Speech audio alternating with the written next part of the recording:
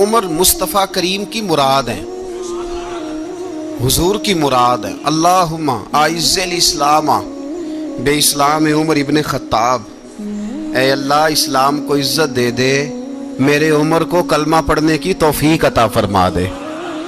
اور کیسے دعا مانگی؟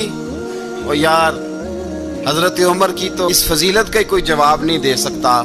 میرے رسول پاک علیہ السلام سب کے لیے ہی دعا مانگتے ہیں نا، حضور کی دعا عام ہے، لیکن مصطفیٰ کریم نے کعبے کا غلاف تھام لیا اور غلاف کعبہ کو حضور نے سینے سے لپٹایا اور سینے سے چمٹا کے کہا، اللہ میں نے تو کبھی سوال ہی زیادہ نہیں کیے، میں کرنے آیا ہوں، مجھے عمر دے دے، عمر دے دے۔ حضور نے مانگ کے لیا۔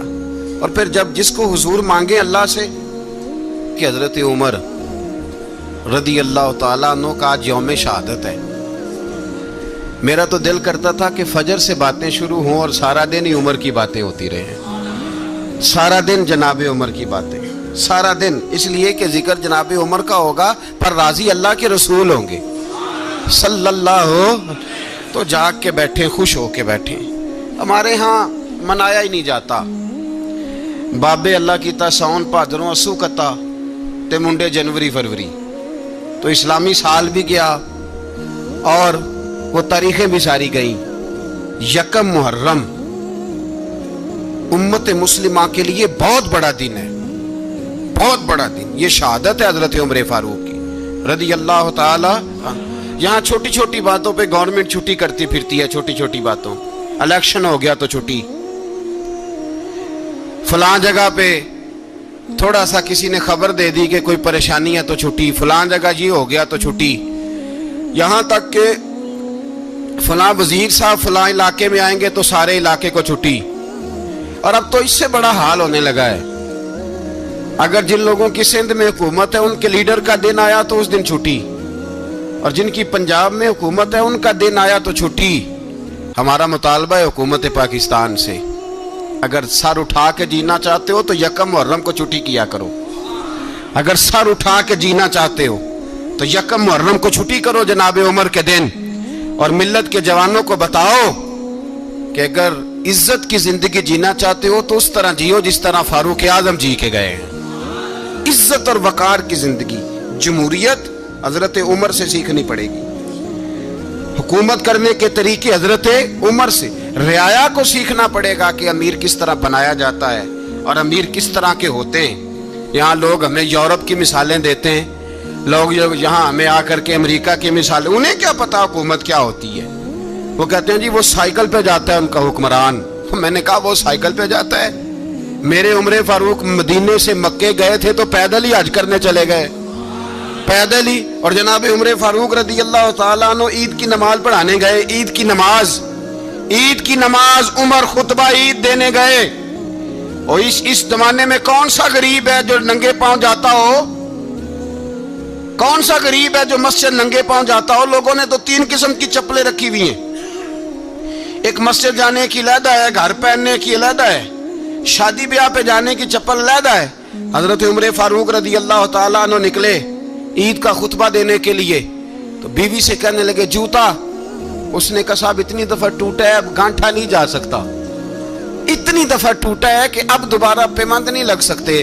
تو حضرت عمر کہنے لگے چل کوئی حرج نہیں، بغیر جوتے کے ننگے پیر ہی چلتے ہیں، کوئی حرج نہیں۔ تو کہنے لگے لوگ کیا کہیں گے؟ فرمایا چپ کر، لوگ جس دن عمر نے یہ دیکھ لیا نا لوگ اس کے بارے میں کیا کہتے ہیں، اس دن عمر نہیں رہے گا۔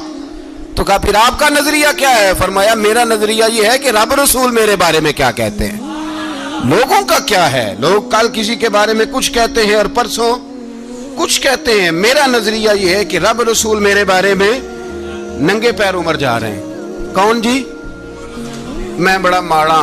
اچھا جناب کیا غربت ہے؟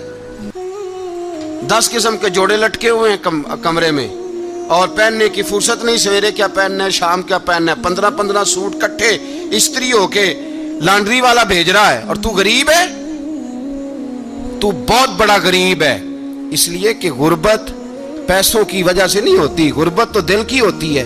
تو واقعی بڑا غریب ہے اور تو غریب ہی رہے گا۔ امیر تو عمر فاروق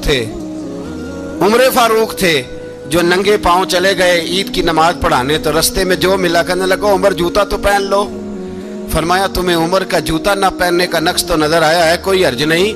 اگر عمر کو کبھی بتانا ہوا تو وہ والا نقص بتانا جو عمر کی سیرت میں پیدا ہو, کردار میں پیدا ہو, وہ والا نقص بتانا. یہ چھوڑو جوتے آتے جاتے رہتے. ننگے پاؤں گئے, پاؤں دھوئے, نماز پڑھائی, لوٹ آئے. او بھائی یہاں تو ہمارا بناؤ سنگار اترنا, جتنی توجہ کپڑوں کی طرف ہے اتنی توجہ کبھی ہماری علم کی طرف ہوتی نا, جتنا ذوق شوق ہمارا بناؤ سنگار کی جانب ہے, اتنا بناؤ سنگار کبھی ہمارا اخلاقیات کی جانب ہوتا تو معاملات بڑی حد تک سنورے ہوئے ہوتے. حضرت سیدنا فاروق اعظم رضی اللہ تعالی اپنی زندگی کو ترتیب دیا. ایک دن بھی خلافت نہیں مانگی اللہ سے. حضرت عوف بن مالک اشجعی ایک صحابی ہیں. حضرت عوف بن مالک رضی اللہ تعالیٰ عنہ فرماتے ہیں کہ جناب ابو بکر صدیق کا زمانہ تھا تو میں نے خواب دیکھا. میں نے خواب میں جناب عمر کو دیکھا اور میں نے دیکھا کہ کوئی کہنے والا کہہ رہا ہے کہ عمر وہ ہے کہ اللہ کے رستے میں کوئی اسے جتنا مرضی برا بھلا کہے یہ پرواہ نہیں کرتا. کس کے رستے میں؟ بولے سارے. اس کا مطلب ہے اللہ کے رستے میں لوگ برا بھلا بھی. قرآن مجید نے کہا وَلَا يَخَافُونَ لَوْمَةَ لَائِمٍ. کچھ لوگ ایسے ہیں جو برا بھلا کہنے والوں کی پرواہ نہیں کرتے. آپ یقین کریں اگر پرواہ شروع ہو جائے نا تو دین کا کام ختم ہو جائے. نہ کوئی تقریر کرے, نہ کوئی تدریس کرے, نہ کوئی پیری مریدی کرے, ختم ہو جائے اگر باتوں کی پرواہ ہو. لیکن وہ پرواہ, حضرت عوف بن مالک اشجعی کہتے ہیں میں نے خواب میں دیکھا کہ عمر وہ ہے جو کسی کی پرواہ, اور دوسری بات میں نے یہ دیکھی کہ عمر خلیفہ بنے گا, اور تیسری بات میں نے خواب میں یہ دیکھی کہ عمر شہید بھی کیا جائے گا, عمر شہید بھی ہوگا. یہ میں نے 3 باتیں خواب میں دیکھی. فرماتے ہیں میں نے آ کے خواب حضرت ابو بکر صدیق کو سنائی, وہ خلیفہ تھے. وہ کہنے لگے ٹھہر جا, میں عمر کو بلاتا ہوں, اس کے سامنے دوبارہ سنانا. اس کے سامنے فرماتے میں نے بلایا حضرت عمر فاروق کو, آ کے بیٹھے. خواب شروع ہوا. کہا ایک بات تو میں نے یہ دیکھی کہ آپ ملامت کرنے والے کی پرواہ نہیں کرتے. دوسرا آپ خلیفہ بنے کہ جناب عمر کہنے لگے چپ کر, ابو بکر کے سامنے ہی کہہ رہا ہے, چپ کر, خلیفہ کے سامنے ہی کہہ رہا ہے. تو حضرت ابو بکر صدیق کہنے لگے عمر اسے کہنے دو, مجھے لگتا ہے رب کی رضا یہی ہے کہ میرے بعد اگر مصطفیٰ کا منبر ملے تو عمر کو ہی ملے, اسے کہنے دو.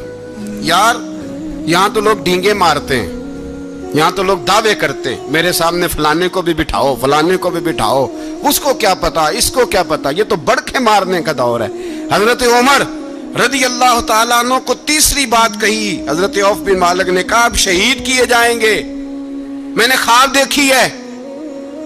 نیک لوگوں کے خواب بڑی حد تک سچے ہوتے ہیں. کہا میں نے خواب دیکھی ہے. تو حضرت عمر کہنے لگے شہید تو دلیر لوگ ہوتے ہیں, شہید تو دلیر, جسے سارا زمانہ دلیر کہہ رہا ہے وہ اپنے بارے میں کیا کہہ رہے ہیں, کہتے ہیں شہید تو دلیر. میں تو کاہل سا آدمی ہوں, سست آدمی ہوں, میں تو اتنا کام ہی نہیں کرتا. تو یہ خواب تو نے جو دیکھا ہے نا پھر سے دیکھنا. تو ابو بکر صدیق فرمانے لگے عاجزی نہ کر, انکساری نہ کر, تو جو کہہ رہا ہے ٹھیک کہہ رہا ہے, لیکن مجھے سن کے شکر بھی ہوا ہے اور افسوس بھی ہوا ہے.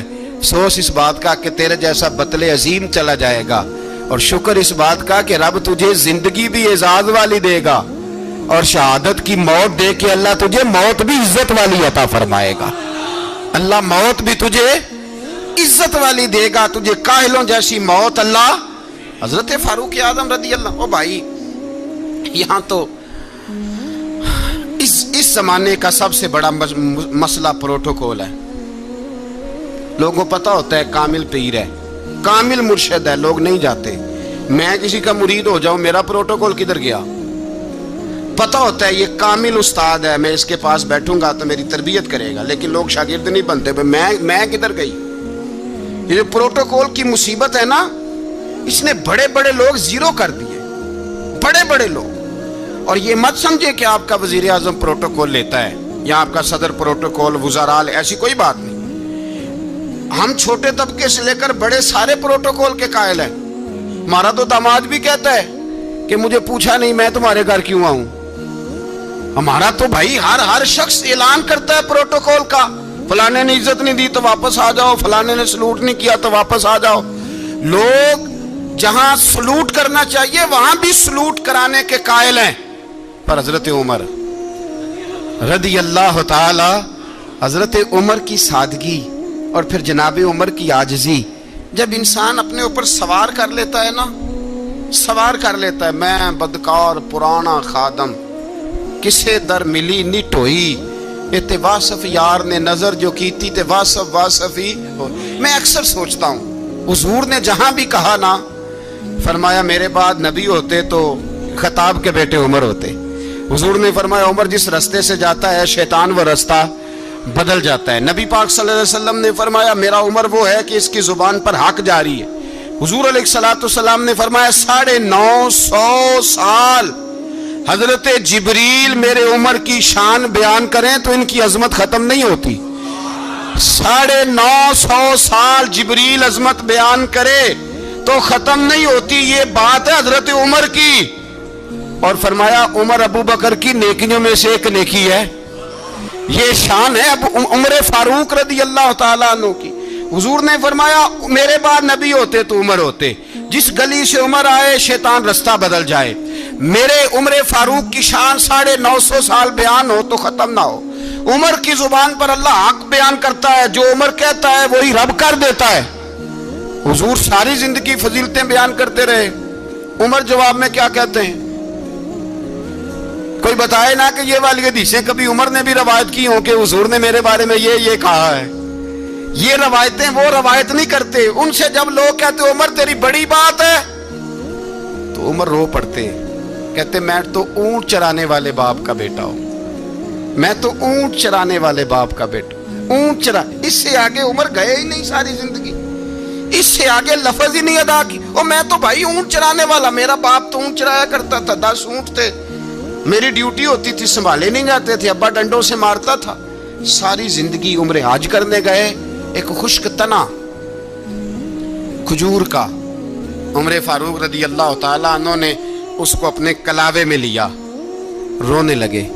لوگوں نے کہا عمر کیا ہوا؟ فرمانے لگے یہاں میں اونٹ چرایا کرتا تھا، یہاں میں اونٹ چراتا تھا، 10 اونٹ سنبھالے نہیں جاتے تھے۔ دیکھو رسول اللہ کی شان، آج ساری امت چلانے کا طریقہ عطا فرما دیا ہے، ساری نظریے سے پیار۔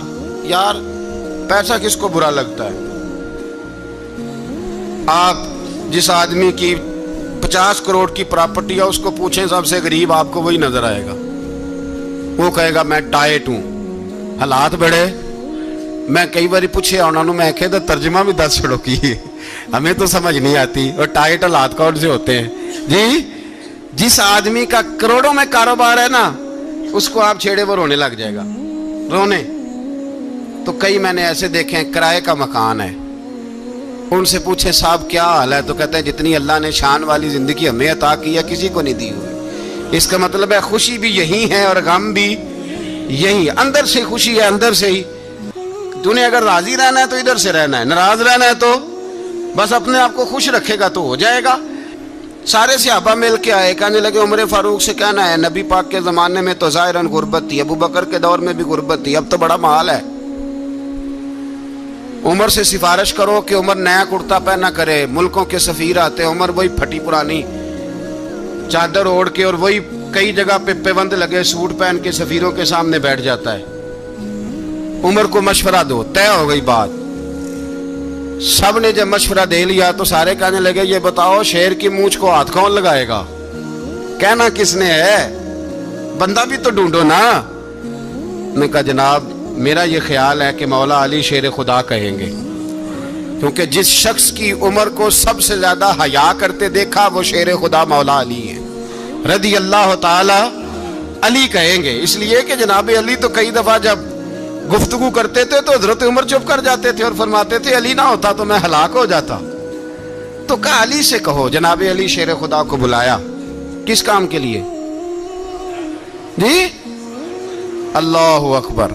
یہ ذرا آپ نے اس دور پہ اس بات کو ذرا لاکا جناب ان سے کہیں کہ زیادہ نہیں، ایک کرتا نیا پہن لے، سفیر آتے ہیں وزیر آتے ہیں تو ایک کرتا نیا پہن لے، حضرت علی کو بلایا, آپ فرمانے لگے کوئی اور بات ہوتی تو میں کہہ دیتا, یہ والی میں نہیں کہہ سکتا. کوئی اور ہوتی تو میں عمر کو کئی دفعہ کہہ دیتا ہوں, جلال میں بھی تو سن, یہ والی میں نہیں کہہ سکتا. میں تمہیں ایک مشورہ دیتا ہوں. کہ وہ کیا؟ کہنے لگے سیدہ عائشہ صدیقہ سے کہو, وہ مومنوں کی ماں ہیں, عمر ٹالے گا نہیں.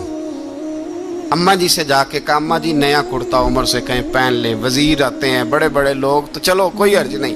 اماں جی نے کہا اچھا کوئی بات نہیں, میں بلا لیتی ہوں. جناب عائشہ نے پیغام بھیجا. جب خادم نے کہا نا مصطفیٰ کے گھر سے پیغام آیا ہے, تو 20 لوگ بیٹھے تھے. عمر کانپتے ہوئے اٹھے, کانپتے دوڑے. حضرت عائشہ پردے میں تھی تو فرماتی ہیں عمر اتحیات کی حالت میں بیٹھ گئے. کہا اماں جی دیر تو نہیں ہو گئی مجھے آنے میں؟ کہا نہیں, ٹائم پہ آ گئے ہو. کس لیے بلایا تھا؟ کہا عمر دیکھو غربت کے معاملات اور ہوتے ہیں, جب اللہ آسانی دے تو کوئی چیز استعمال کرنا حرام نہیں ہوتی, اگر حرام ہے تو بتاؤ. کہا نہیں اماں جی حلال ہی ہے. تو فرمایا پھر اتنے سفیر آتے ہیں, مشیر آتے ہیں, اب تو مال غنیمت بڑا آتا ہے, ڈھیر لگ جاتے ہیں مسجد میں, تو چل ایک نیا کرتا تم بھی پہن لیا کرو, اور آپ نیا کرتا پہنو گے تو دھاک بیٹھے گی غیروں پر. تو صحابہ کا مشورہ ہے کہ آپ نیا لباس پہنے. اماں جی کہتی ہے میں نے حکم دیا تو عمر چپ کر گئے, گردن جھک گئی. تھوڑی دیر کے بعد سیدنا عمر فاروق نے سر اٹھایا تو داڑھی پہ آنسو گر رہے تھے, رو پڑے. کہنے لگے پاک محبوب کی پاک بیوی, جیسے حکم کرتی ہو میں حاضر ہوں, پر مجھے وہ والا لباس پہنانا جو میرے مصطفیٰ نے پسند فرمایا ہے. اگر یہ رنگ رسول پاک کا ہے تو میں حاضر ہوں, اور اگر نبی پاک کا نہیں تو پھر جیسے آپ حکم کریں.